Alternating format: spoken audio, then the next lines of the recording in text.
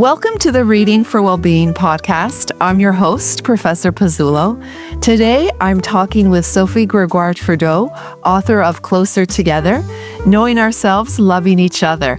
Welcome, Sophie. Great to have you here. Thank you. I'm so happy to be here. Thank you for having me. My pleasure. I feel like you've been in the public eye for so long. Everybody thinks they know you. I want to give you the opportunity to tell our listeners a little bit about who is Sophie G. Who's Sophie G? Yeah, you're calling me by the right name, because usually my gang of friends is like Sophie G. I'm also Crazy Auntie Sophie because I'm a bit rambunctious and fun and mischievous with the kids and the nephews and the nieces and my kids too. I bring a lot of humor into my life, so I guess somehow it's contagious. I hope it is, right? Life's so short and so intense, and it can be so chaotic at times that I think that, like a lot of Indigenous communities will say, nothing sacred can come in if you haven't laughed. So, it's always kind of weird to describe yourself. I've never seen myself as the first lady. Oh, yes, I am this, I am that. I don't live like that. I am very conscious that part of my life is exposed to the public. But for me, that's a tiny, tiny, tiny part. Even though transforming my relationship was shared with the rest of the world, I would have done things differently if I could have, trust me. But still, I live my life in I would say, in a shared reality where I'm not disconnected from others. I love human beings. I'm an only child. I grew up in nature. My parents were loving. There were addictions on both sides of the family. I interiorized and internalized all of that as a child and tried to wear the cape of wanting to save my father from himself, wanting to save my mother from herself and from my father. And as any child, I wore a cape that was too heavy. It's not the case for everybody. It was the case for me. It doesn't mean that I don't come from a loving family. So most people will think, oh, I didn't have any trauma. Maybe you don't call it trauma, but it's an emotional weight that has impact on how you develop. So I'm just a loving, passionate, I hope present person. I'm an only child. Therefore, since I've been born, I'm like, hi, my name is Sophie. You want to play or something? Right? And I'm still like that. And I'm turning 50. So I can't change that. I love humans. I'm curious about others. Even though I'll disagree with somebody, sometimes I can be judgmental like any other human being, but I try to catch myself, and sometimes I try to tone down my position on somebody who's so different than I am. And I come back to my roots and my heart, and I recall that our humanity brings us so much closer in our similarities that it does with our differences. It doesn't look like that from the outside world, but from the inside world, now that I've been a mental health advocate for 20 years, I finally understand the commonality that is visceral, that we are all born with. So I love life. I love humans. Yeah. Well, it's a pleasure to meet you, Sophie G. And thank you so much for sharing that with us. Writing a book is quite a daunting task. What made you want to write Closer Together and to be so very upfront about your experiences? Mm-hmm. I'm going to tell you a little story that's you'll be like, where is she going with this? But it really struck me. I was at the kind of like a growth wellness center in Massachusetts called Kripalu. It's very well respected, and a lot of experts go and speak there. And I was there with Gabor Mate, Scott Lyons, Bessel van der Kolk, and other people, Peter Levine, who are all trauma specialists and addiction specialists.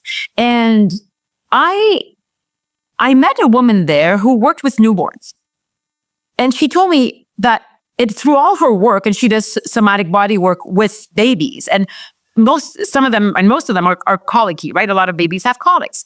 And she said, I realized that the body, when we work with adults who have trauma or have a lot of anger or repressed emotions or sadness, that we need a container to push against in order to evolve in a way. Evolve from a wound, evolve from a failure, evolve from our own limits. So when the babies were colicky, she tried to compress their spine just a little bit, right? And put the baby in a little ball. And the baby first will really try to push against it, and you'll hear the discomfort. But all of a sudden, when she releases with the baby and is in tune with the baby's breath and nervous system, oh, there's a release. Now, why am I using this? It gives me chills. Look, I have chills everywhere because this metaphor is one for all human beings. We need to be pushing against in order to know what we're made of. This is true physically by falling off our bike when we're 6, 7, 8, 9, 10 years old with our parents freaking out, or, climbing the tree, falling. We're going to be okay. We're testing our limits at low risk, low cost. But when we don't do this, when we don't have safe containers, or sometimes a parent, I have teenagers, I can be their safe container to push against sometime for them to know themselves. So as humans, we should look for this. We should seize that opportunity. We should see suffering as a form of gift into which we could correct against in order to know what we're made of. Now, this being said, the difference between suffering as trauma is constriction in the body. And when there's constriction, when we're keeping everything in because it hurts too much and we want to keep them closed because those parts are protecting us from the pain, then we don't really evolve because we don't know what we're truly made of. So writing this book for me was my container to push against while I was, germinating and thinking and trying to transform my life at every step. And at the same time, how do I offer all those humans that I love that I haven't met yet with what I have been learning on my path? Why would it belong to me? That's elitist. It's crazy. I need to be sharing, and through the work that you're doing, that our sole responsibility is not only to dig deeper to find truth, but it's to share it with others. So writing this book was kind of like an organic coming together of 20, 25 years of also going through eating disorder, going through my own addictions, and having decided to evolve, to know myself better so I can come into contact in a more safe way with people who surround me, with my loved ones, right? Or at work, at play, everywhere in our society, in our communities. And I'm so happy because I didn't know what to expect. You never know what to expect when you write a book. You put your baby out in the world, and there's a real push against, what's going to come, right? And it became an instant national bestseller. I did not expect that. To be honest, I'm a type A and I like to have expectations and control the results. Couldn't do it this time, love. Forget it. Well, we're very thankful that you wrote the book, you put it out there. We've read it, we've enjoyed it. And, it's just such a pleasure to hear from you directly, the motivation behind that. Thank you so much for that. No, it's the least of things. And, you have to sit your butt on chair for a very long time in order to write a book. I want to talk a little bit about some of the concepts in your book. They're super fascinating, very intriguing. You mentioned this universal emotional library. What is it? How do we get it? Where do we find it? I think it's our thread of commonality.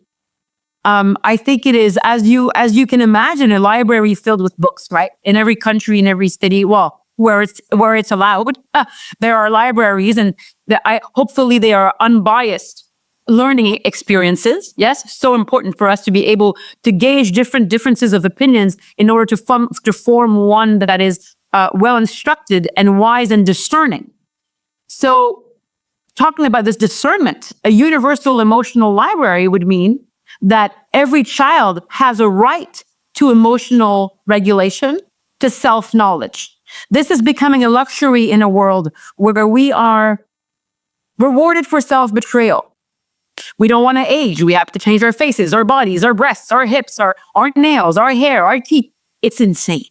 And the level at which it's coming to us, and this is true physically, but it's also true mentally. We have to correspond to this type of success. We have to be put in this category, to identify who we are. We have to, and I get it. People have to have a container against which they can push, but also a container to feel safe.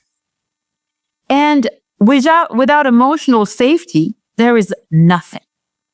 And I'm going to repeat this again and again to myself and to everyone here who's listening. And Gabor Mate said it so well. He said, Safety is not just the absence of threat in your life. It is the presence of connection. We all know what isolation does to the human brain. We lived it during the pandemic. It's also a form of torture in prison. We're not meant to be isolated. We're meant to be in connection, eye to eye, nervous system to nervous system, heart to heart. Even diplomacy in our world has changed because we don't have that as much as we used to. The way we vote has changed because we're not in contact with as many people as we usually were in communities that were tight-knit. Therefore, we have a kind of distrust in others and in the world that only means that we are more fragile, not because of it, but we are more fragile. Actually, yes, because of it in part, but also we're more fragile. Therefore, we are more threatened by the differences of others.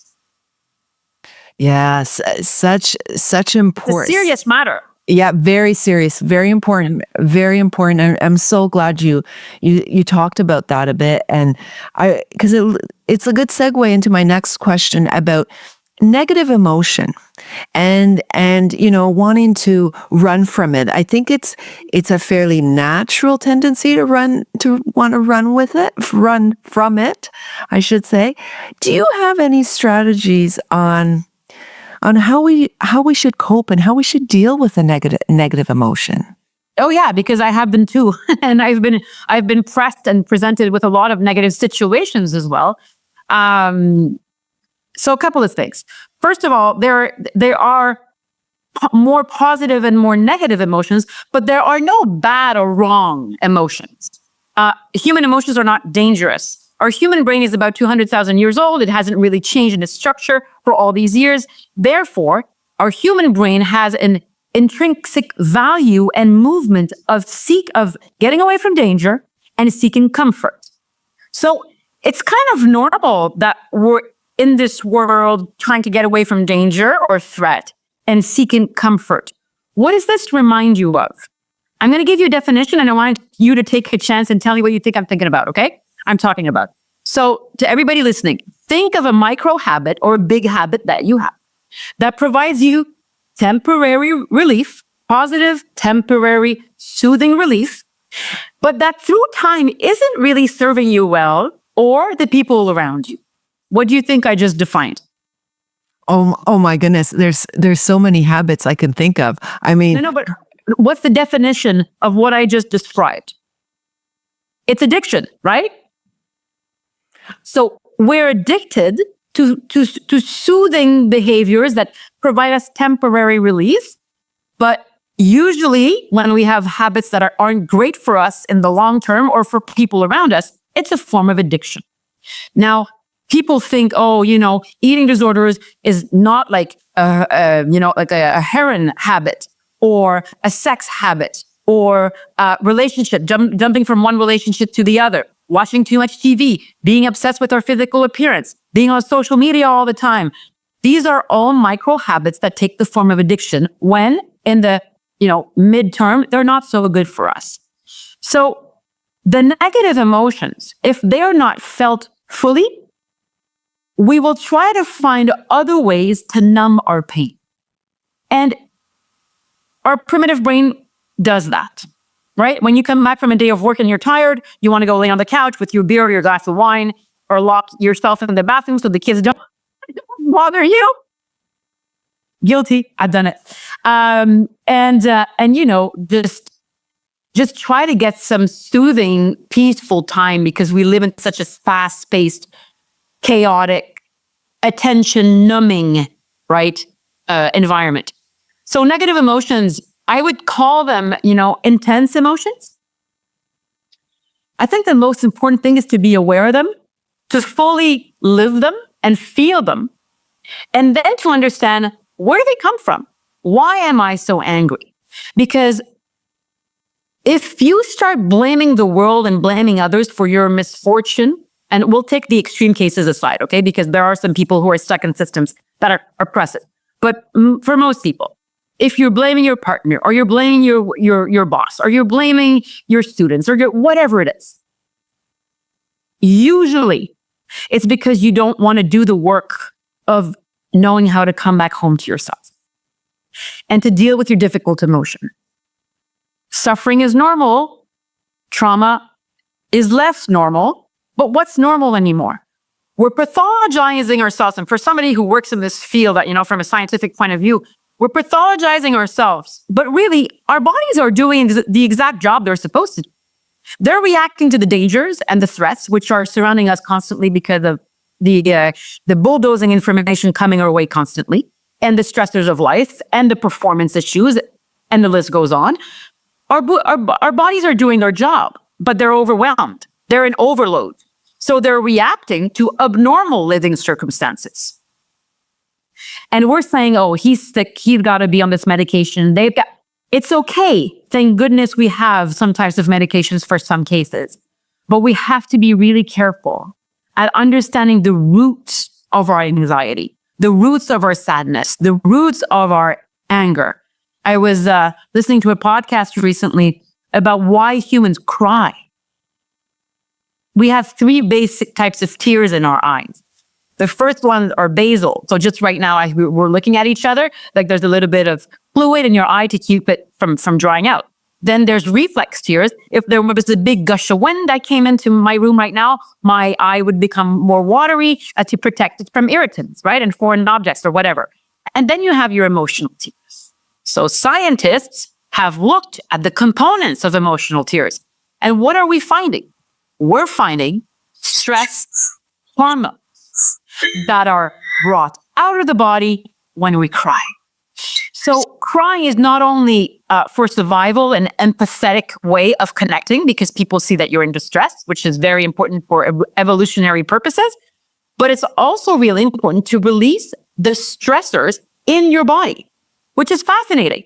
And I heard somebody who I share very different worldviews with through the years on the co-political path. I'm not going to name them because I'm respectful, who told me that they never cry in their family. And when I heard that, I wanted to cry instantly because I can't imagine what you tell a child, hold your tears back. Are you joking? That's the most beautiful, visceral, important, and raw and real and authentic way of releasing what accumulates inside of us as human beings from an emotional perspective and as a physical perspective too, because stress gets into the body, it can create inflammation, and inflammation leads to disease, both mentally and physically. So science can be very complicated, but writing this book made me understand how quite complex but simple we can see the world through the lens of the neurobiology, and how if I came to you today, doctor, and you were in your alert sympathetic mode, which means that your amygdala, your almond-shaped portion of your brain that keeps you away from danger, there's a car passing by, is ringing nonstop because you feel threatened. Something happened in your life, all right? And you see me and I come onto the screen and I have a neutral expression like this. You could interpret my neutral facial expression as threatening or aggressive because of the state you are in. One of the most powerful things I've ever heard is this one. If you don't do the work of looking at your unhealed wounds, others are not safe in your presence. Wow. Wow, that's powerful. Yeah. That's a loaded. That's a big one. That's loaded. I don't have children everywhere. It comes back to the radical responsibility of 2 things: raising our children to be emotionally literate, to be able to regulate their nervous system through breathing exercise, mindfulness, some types of meditation adapted to their age. We don't even teach this in schools. It's starting, and then it's making a big difference. I teach it on a volunteer basis at my kids' school with teenagers, right? And I see the results. Like after 60 minutes or 30 minutes, the nervous systems are just like, and they need it so much, little love. They need it. We need it as mothers, as parents. We're overwhelmed. The plates are overflowing. We're not sleeping anymore. There's a reason why all this is happening. That's something else that I read, I think, this morning is if your sleep, in order for sleep to happen, there has to be peace. Yep. So when you're always in your head and you're ruminating through your pain and you're not processing it and letting it come out, it will show up in your sleep. And I know. And by the way, I'm in perimenopause, so there are other factors that can. Thank you for sharing that. Thank you for sharing that. Come on. Well, aren't we all? Yeah, exactly. If not past it. But fantastic, really authentic, and some great, great ideas. I love the idea of crying, letting the tears flow.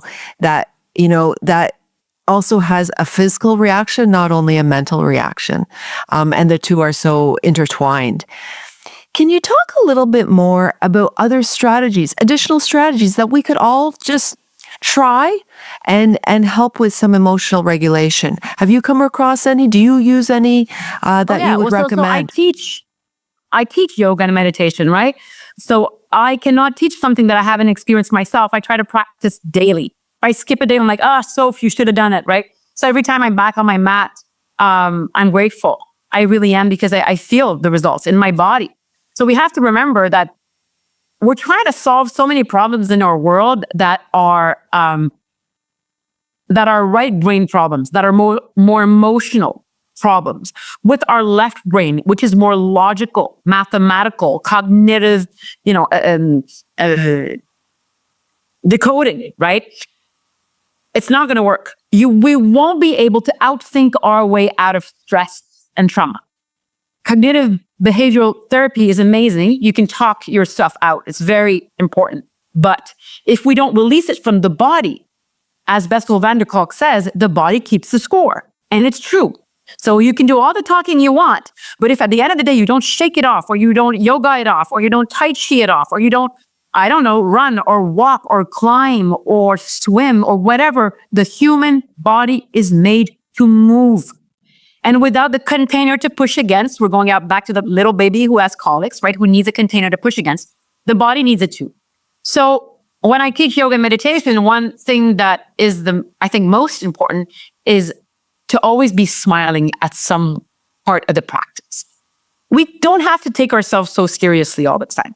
When we do yoga, people think I have to put my foot behind my head, right? Fine, I can do that. I've been practicing for years, but that's not the goal. The goal is, I'll explain this to you. In a yoga pose, there are 3 levels, 3 steps. The first one is to be aligned. So let's say I'm in a warrior position and my spine is aligned, my pelvic bone is facing forward, my knee is in line with my second toe. I want my body to be aligned so I don't hurt myself.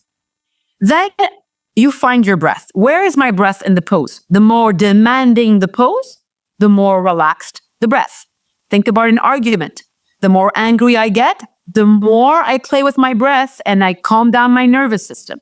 So alignment, breath, and the third part of an asana, a yoga pose, called an asana, is letting go. Let the yoga do you. So in an argument or in a relationship or at work, at some point, you know that you can't control everything and you have to let go of what you can't control. And we're all, so many of us are type A's, like, hello, guilty again, because we feel a bit safer when we control our environment. But it's kind of an illusion, right? In the past years, I've had to transform my marriage. I lost my father a couple of months ago.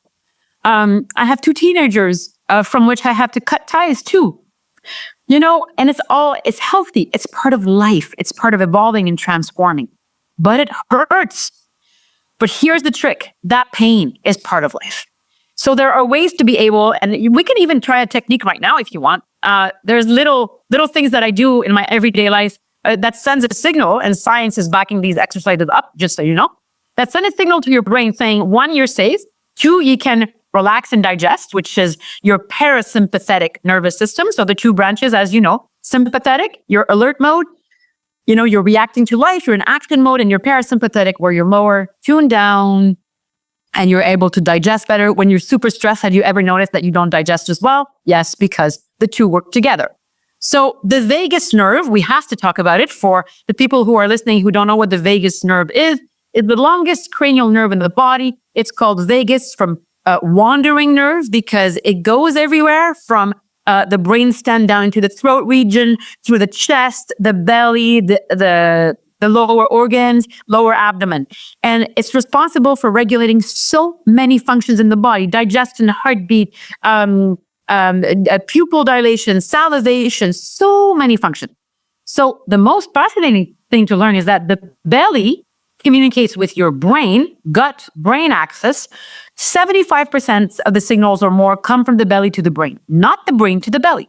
So we can no longer talk about wellness and mental health without looking at what we put in our bodies to feed ourselves.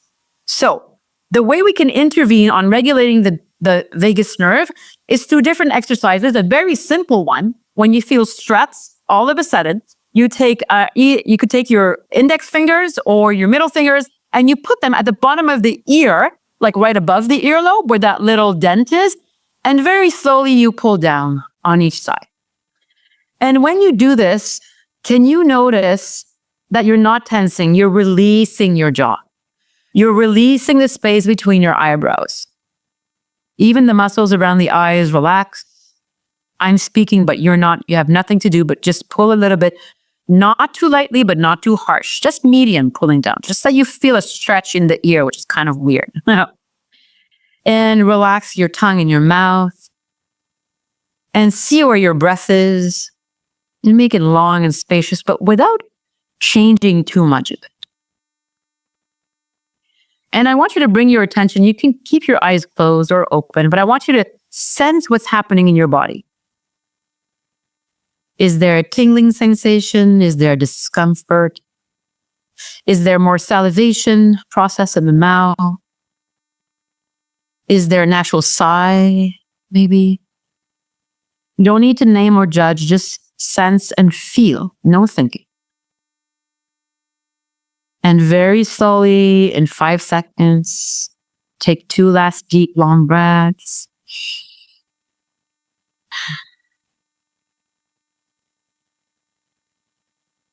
You can release and just sense how you feel just right now. Did anything change at all? Maybe 1%, maybe more.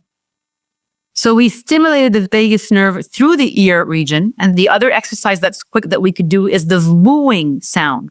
So because the nerve goes through the throat region, we can stimulate it. And the reverberation, the echo of the sound "voo" also goes into the head, into the ears, and it sends a signal: I'm safe. There is no saber-toothed tiger. Your primitive brain is learning it's okay, you know? And I hope that you can practice this in a safe environment. Obviously, some people cannot find a safe space in their own families. Just know that there's allies everywhere along the way who are there to help you, and that it's always a possibility for you to get out of an unsafe environment and to build a new life and to find allies everywhere. That's really important for people to know.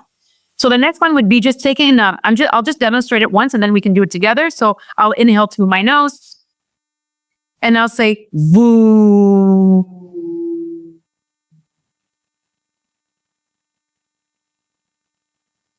And this is not cuckoo meditating in a cave. This is real science showing us that we can affect the vagus nerve, and you'll see how you feel after. So let's take it 5 times together. So wherever you are, just sit properly with your spine straight, but don't over straighten anything. You know, just keep tenderness inside your body. Keep gentleness inside your body. And very slowly, just put your neck in line with your head and your ears in line with your shoulders, and your shoulders away from the ears. And notice that every time you'll inhale, the belly will balloon naturally without you changing anything. And every time you exhale, naturally, the diaphragm goes up and the belly comes back in. So we're going to inhale through the nose on a count of 4, 3, 2, 1, and voo it out. Voo.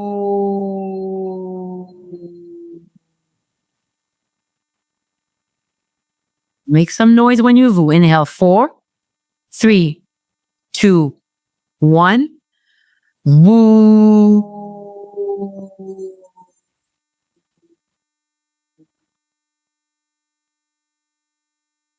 Inhale 4, 3, 2, 1 through the nose, out the mouth. Woo.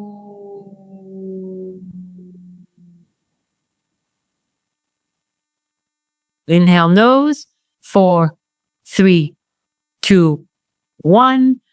Voo.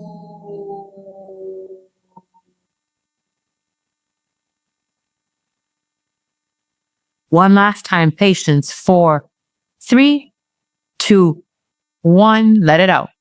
Voo.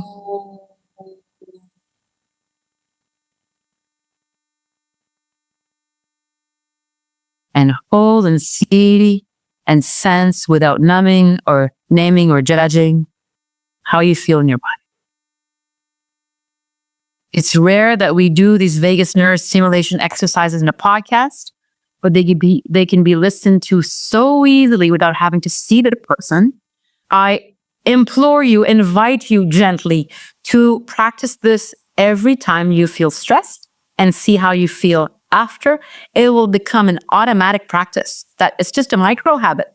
And it really helps. When I'm about to argue with my teenagers, sometimes I'll say, okay, mommy needs 5 minutes. I'm going to go breathe this out. We'll talk about it after. And I'm more ready to receive their message. Yeah. No matter how they're spun at me, right? Yeah, that's fantastic. And, and I can say they were very easy to do. People can do them, when you're in the moment and you need to take just a few minutes. They're excellent strategies, examples of things you can do. And there's so many more that I talk about in the book. There's other examples that you can use. Yeah. Absolutely. And I'll just, on your point, just remind our listeners, your book is full of strategies. And I loved it because you had so many different options. And, if something wasn't, if there was one option that you didn't like, that's okay. You could try something else. And it really, exactly. These are strategies that are, as you say, based in evidence. There's good science behind them. And I do encourage anyone to try them out and see the difference that you'll experience once you try some of these out. Just so you know, some people who carry a lot of trauma, sometimes these exercises or even closing your eyes can feel threatening because it reminds you of incidents. Okay, I understand that. So go very gently. If that doesn't work, you can inhale through your nose and just go, ha, and let it out. Ha, let it out. And even when I teach yoga, I'll mix the breathing exercises through the poses. And after one session, you're like, what happened to me? It's like we clear the debris of the mind so we can be in our bodies more peaceful. Excellent. Thank you so much. My pleasure. Mm-hmm. Yeah. I want to, you have a quote that I think is really powerful in the book, and I'll read it to you and then get you to unpack it a bit for me. You say in the book, as our emotional biography sets the musical scale of your life, your unwounded soul writes the ultimate final symphony. Tell me a little bit about that. Yeah, so I love poetry. I write a lot. When I wrote that, I was really in the moment where I comprehended, but also sensed in my physical body as much as in my brain and my mind that no one is broken to the point of not being human. And although this doesn't excuse toxic behavior or, committing crimes or genocides or inflicting violence, right? Mm-hmm. I do sit down in the book with an expert called David Livingstone Smith, who's an expert on dehumanization. And he deals with people who have committed crimes. And when you listen to him, it's fascinating. Because as I talk about in the book, I learned that hate stems from a deep need for connection that never took place. We'll push away the extreme cases of people who have deeply traumatized bodies and minds and who have developed psychological patterns that cannot be excusable in any way, shape, or form. But you may understand criminals, for example, as wounded individuals who had a very insecure bond of attachment as a child. The bond of attachment is how you were taken care of by your parent, how long they soothed you for, how much they've looked at you, cared for you, validated your perception of reality. The people who have insecure, disorganized childhood bonds of attachment are much more prone to mental health issues later in life. And I mean acute ones. So the way we treat our children is so very important. The way we treat expecting mothers, the way we treat, in utero life now is telling us that a baby's nervous system is wired through the mothers. Therefore, they come into the world with a tone in their nervous system that's already kind of set, not unmalleable and unchangeable, but set. And depending on the circumstances, environment, the epigenetics of, meaning how the environment will affect your genes and your experience of life, one of the most important relationships we'll ever have in our life is with our caregiver in the first few years. And that's called epistemic trust, where your caregiver gives you a message very generally. I'm going to try to summarize it here. You are to be trusted. I am to be trusted, and we can trust in the world. Or I am not to be always trusted. You are not seeing the world in the right way, and this world is dangerous, and you must mistrust it. Think about the state of the world. Think about certain leaders politically that you might associate this psychology with. There is a neurobiological imperative behind every human being that explains social behavior. It is fascinating, it is daunting, and it is critical at this point in our lives with the state of the world that we teach humans how to regulate themselves. Absolutely. Thank you. For the health of our democracies and our non-democracies. Absolutely. Thank you so much for sharing that. Really important point to make, for sure. Thank you. And when I wrote that, your emotional biography sets the musical scale of your life, it's true because it sets lines of the beginning of a symphony on which you will write later. But your unwounded soul, because there's no damage to one's soul, no matter what you've been through in life. Your soul is perfect like a baby that comes to life. And that can write the ultimate symphony. You have a right to know yourself. But if you don't look, you won't know where to find the notes to put on your musical scale because you'll just be putting in anything in there. Yeah, right? Absolutely. Yeah, thank you. Absolutely. Fascinating. I'm just conscious of time. I want to turn to a segment that I call Our Readers Want to Know. These are questions from our book club members, and I'll just ask you maybe a couple of them. The first one is, what strategies do you use to manage criticism and negative emotion that is coming at you? I love this. I've had a lot of it because of the co-political path, and to be in service to your population, to your citizens, and I'm a citizen, I'm the population. So a couple of things.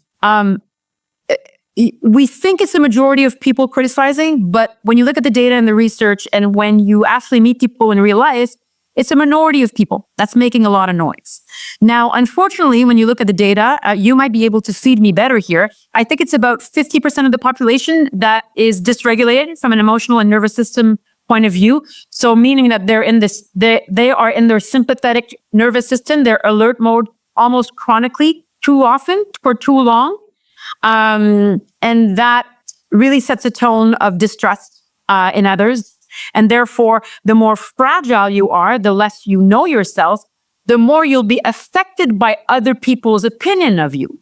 So because I decided, and I'm not perfect, I fall flat on my face sometimes and I miss it.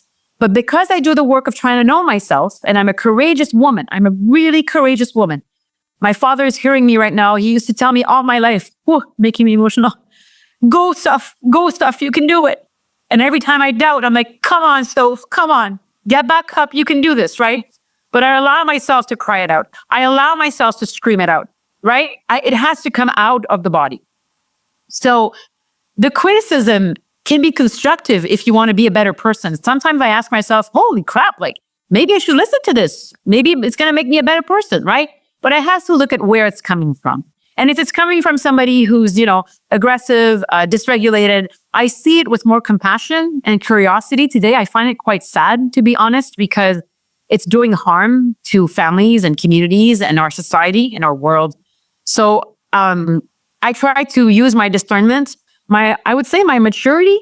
My maturity for me is simply my capacity to take perspective on my own personality and actions and understand others in a more calm and compassionate light. And you have to remain curious. And I think that my love for humans allows me to remain curious.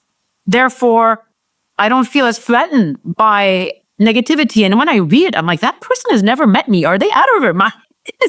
They're probably out of their bodies. They're not even maybe sensing exactly what's happening and why. And the other thing is, when you don't do the work on yourself, it's very easy to blame others for your unhappiness. And we all do it, by the way, in some ways or another. I do it too sometimes. So it's a natural penchant, tendency. But if you're not aware of it, you're in trouble. Definitely. One theme in your book that comes out is just the need to slow down. So one of our readers mentioned, is there a way you can, because we're so busy, is there a way you can slow down quickly? So is there a way to do it fast? Yes. And there's only one answer to that, and it's one word: breath. The only way you can tell your body and your brain that you're safe is by breathing properly. So remind yourself of a moment where you were panicked, or where you were angry, or where you felt so much tension in your body. The only way, or before an exam, I don't know, whatever your type of work is, or a big work presentation, you'll feel fire in your belly, or you'll have digestive issues, or you'll be trembling, or you're sweating. But notice your breath. Usually you'll be breathing from the chest instead of from the belly.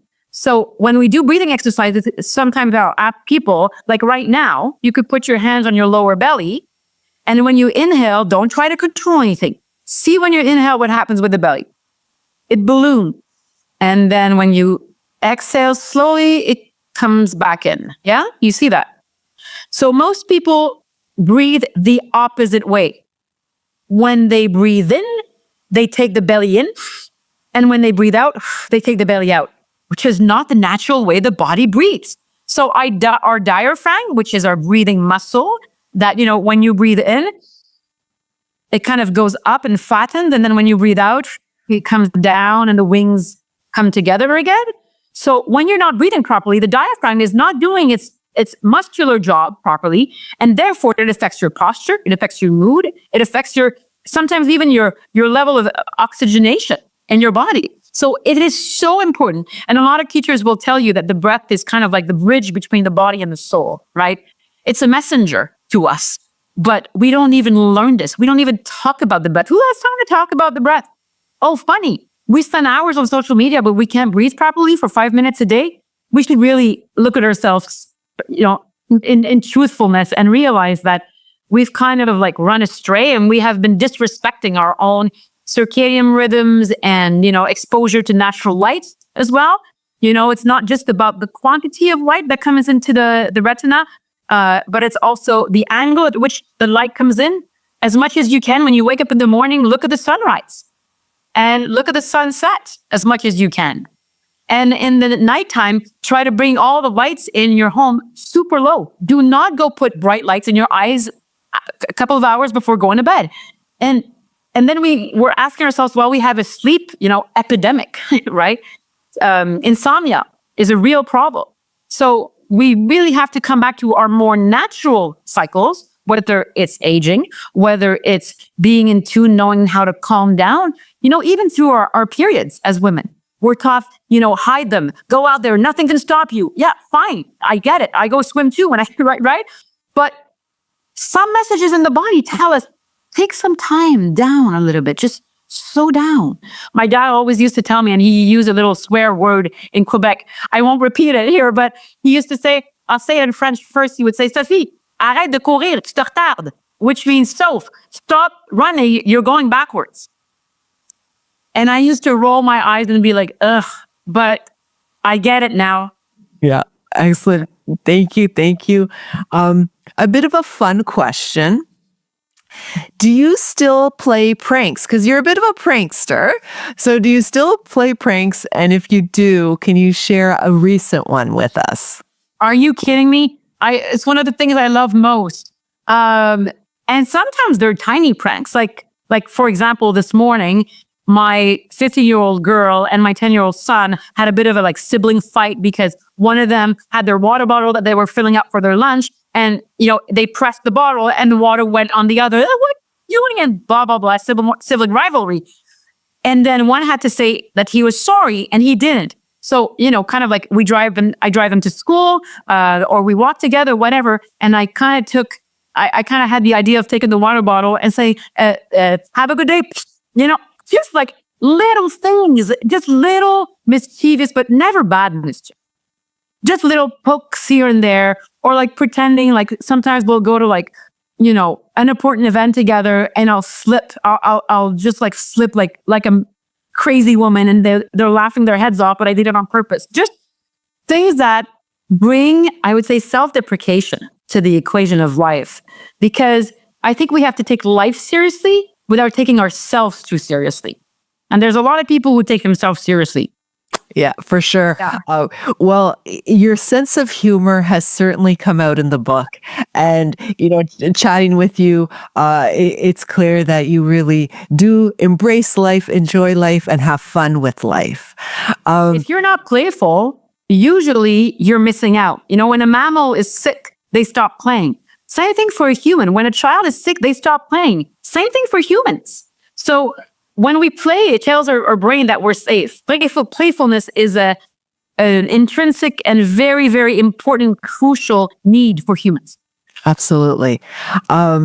Last question that I have to ask is, what are you reading these days? This podcast is related to reading. So you reading any good books lately? Yeah, you know what? I'm really low on fiction just because I have to read so much for work. But I love poetry. I have a book by a Canadian female author that's called A Gentle Reminder. That is beautiful. I have The 5 Hearts, which is about the 5 qualities of the human heart. And you go deep. I love it. I have a Pablo Neruda, love poems, Always Not Too Far, which I love to dive into. A David White poetry book as well. Incredible. I think he's Irish author. I have,